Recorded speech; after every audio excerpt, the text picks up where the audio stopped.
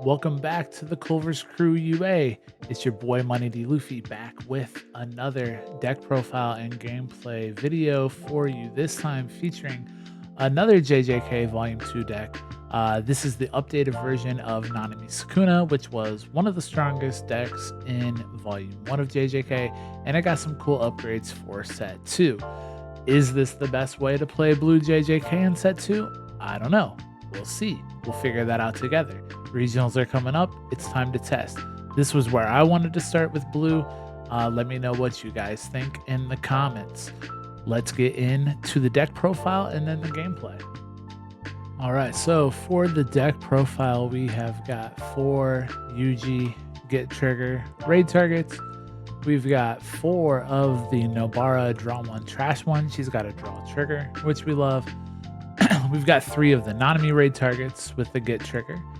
And then moving on, we've got a new card here. This is 1 drop Nanami. This card on sideline allows you to mill a card and then give something on your field plus 1,000. This is an active trigger, so this is a welcome addition to the deck from Volume 2. I'm playing 3 of those right now. I'm playing 4 of the Maki Zen, and this is a 2 energy that lets you start filtering through your deck. You get to look at 2 cards, keep 1, pitch 1. Next up, we've got a new color trigger for the deck. This is 2 cost Nanami. When played, you get to mill a card. And then during your opponent's turn, if you are at 15 cards or less in your deck, it's going to get Nullify Impact and 1,000 BP. So it becomes a 4K blocker with Nullify Impact late in the game. With the way this list is set up, you can get to that 15. It does happen quite frequently, but don't count on it happening every single game, and definitely don't warp yourself into trying to go for it. We've got 4 of the Yuchi Itadori double energy. If you've got a finger, it gets 1,000 during your turn. This is usually staying in the back as energy though, and of course it's a raid target. And then we've got 2 of the other new color trigger that the blue decks got in Volume 2. This UG becomes a double energy if you have a Sukuna's finger in your sideline, so great card. I've seen some people with Nanami play 4 of these and none of this, but currently I like a 2-2 split. We've still got 4 of the Raid Yuji Itadoris on play. You get to bounce a 4K or less back to your opponent's hand. Amazing tempo card. And then, of course, 4 of the Raid Sukuna from the starter deck. He's still here. If you've got a Sukuna's finger, he becomes a 5K on your turn. If you have 2 fingers in your trash, he also gains impact. And on play, draw 2 trash 1. Classic. For the Nanami Raid, in this deck, I've got 4 of the new Nanami from Set 2. On play, you get to choose a character on your opponent's front line, and it gains this character cannot attack until the start of your turn. So this is a little different than the Sukuna raid that rests something and freezes it. That card's great, but if they get an active trigger during their turn, that card's going to restand going into their turn anyway and become an attacker. This makes it to where your opponent knows, okay, this card cannot attack at all on my turn, and so they're more incentivized to go ahead and block with that character during your turn instead.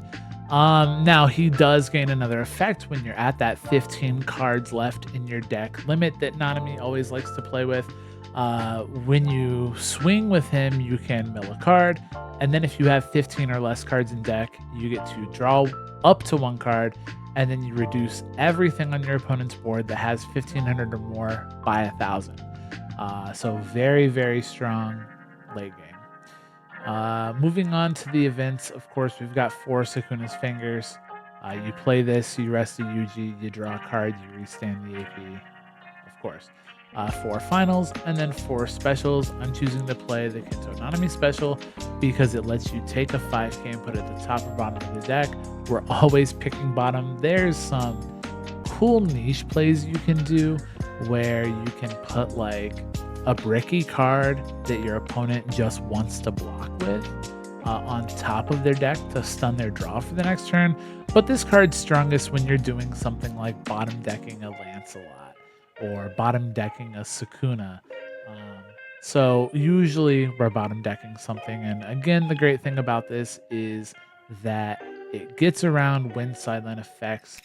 So if you think about cards like the Genos raid, that when sideline gets to play another Genos, or you think about the 6-drop lane slot that gets the baby Suzaku back when it's KO'd, all of that goes away thanks to this special. So that's the current list.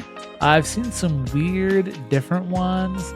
I'll show you guys a glimpse of one that I'm gonna start testing. So this one is a little strange because it plays multiple different types of Nanamis.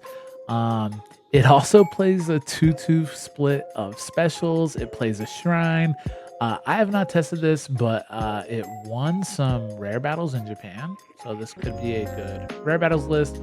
And it's kind of funky, kind of crazy. It plays the 5 Sukuna as well. So I'm going to give this a try. But in the video, we're going to be on my current Nanami Sukuna list that we see here. All right, so getting into a game here. This is myself on the Nanami Sukuna deck and Plastic Beach on blue SAO. This is an aggro deck, so I don't really want him to be able to go first. So I chose to take it away from him there. So we've got a pretty good hand. We've got a lot of draw. We've got a finger.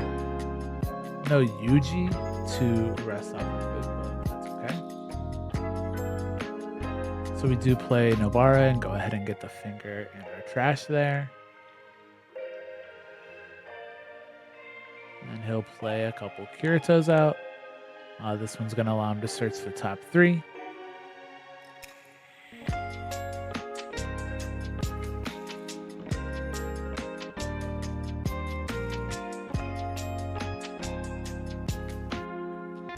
So back into my turn here. I'm going to go ahead and play another Nobara.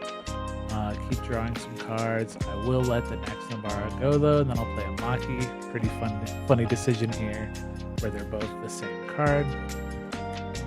But we do finally find our first Yuji here.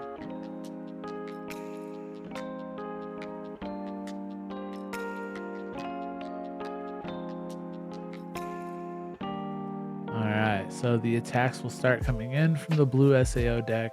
This character is going to swing, and I get to add a Yuji to my hand. Here, I want to think about starting to move up. 1, to potentially apply a little pressure, but 2, also to have some blocks for this blue deck that I'm up against. So I will go ahead and move up a Nobara, play another Maki, and here we probably take the Yuji. Nobara's draw is nice, but at this point, we're just going to need raid targets to sustain our game. So I'll go ahead and play out the Yuji and raid into my first Sukuna. Draw 2, trash 1. That puts my second finger in the trash. So now my Sukuna is 5k and has impact. So this damage is going to go through. And we've got a color trigger here. So he gets to bounce the Nobara back to my hand. That's fine. Pass it back.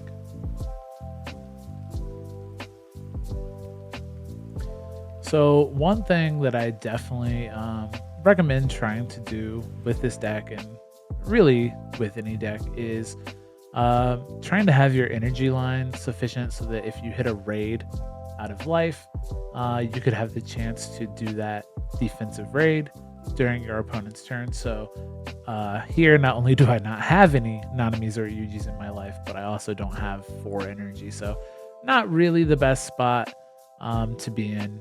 Maybe I could have done some things a little differently to play around that. So we get here an active trigger. Unfortunate timing for that. And then on their second attack, lo and behold, I do get that Yuji. It would have been huge to be able to raid that there, but unfortunately, we just did not have the energy required to do so. So I need to make up some tempo here. I need to establish some blockers. I will start by using my special to bottom deck his Asana. And then I'm going to go ahead and play the Nanami, making it to where his Kirito cannot attack. On swing, I will go ahead and mill. here we have a color trigger. This time there's nothing for him to bounce. If I had promoted a chump blocker and played a double energy instead, that chump blocker would be back in my hand now. Wouldn't have gotten its attack in, wouldn't have gotten its block in. So, but again, I find myself in the same position. If I hit a raid out of life, I'm not going to be able to do anything with it.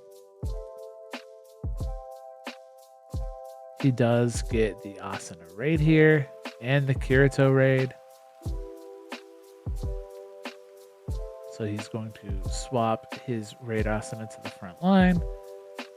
And off the Kirito's attack, we are lucky enough to hit a special. So we'll go ahead and get rid of the Asuna.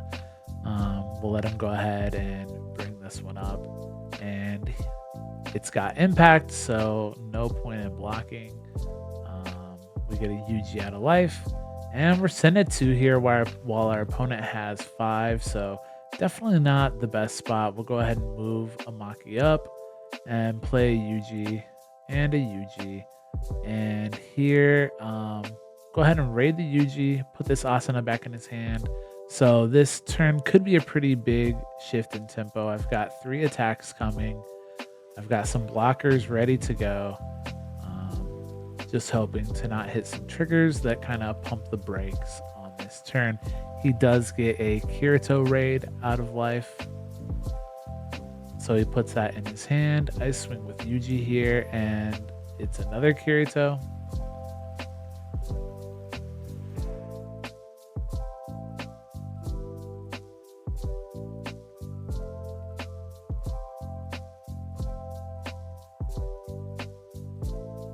And then I'll get my final swing in here with Asuna, and we hit an active trigger.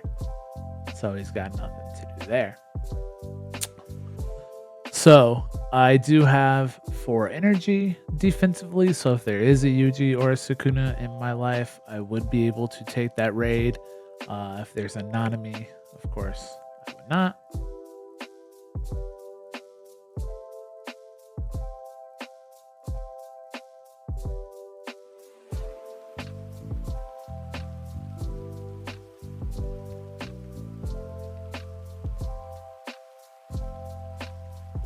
All right, so we see the Asuna come down, followed by the Kirito raid.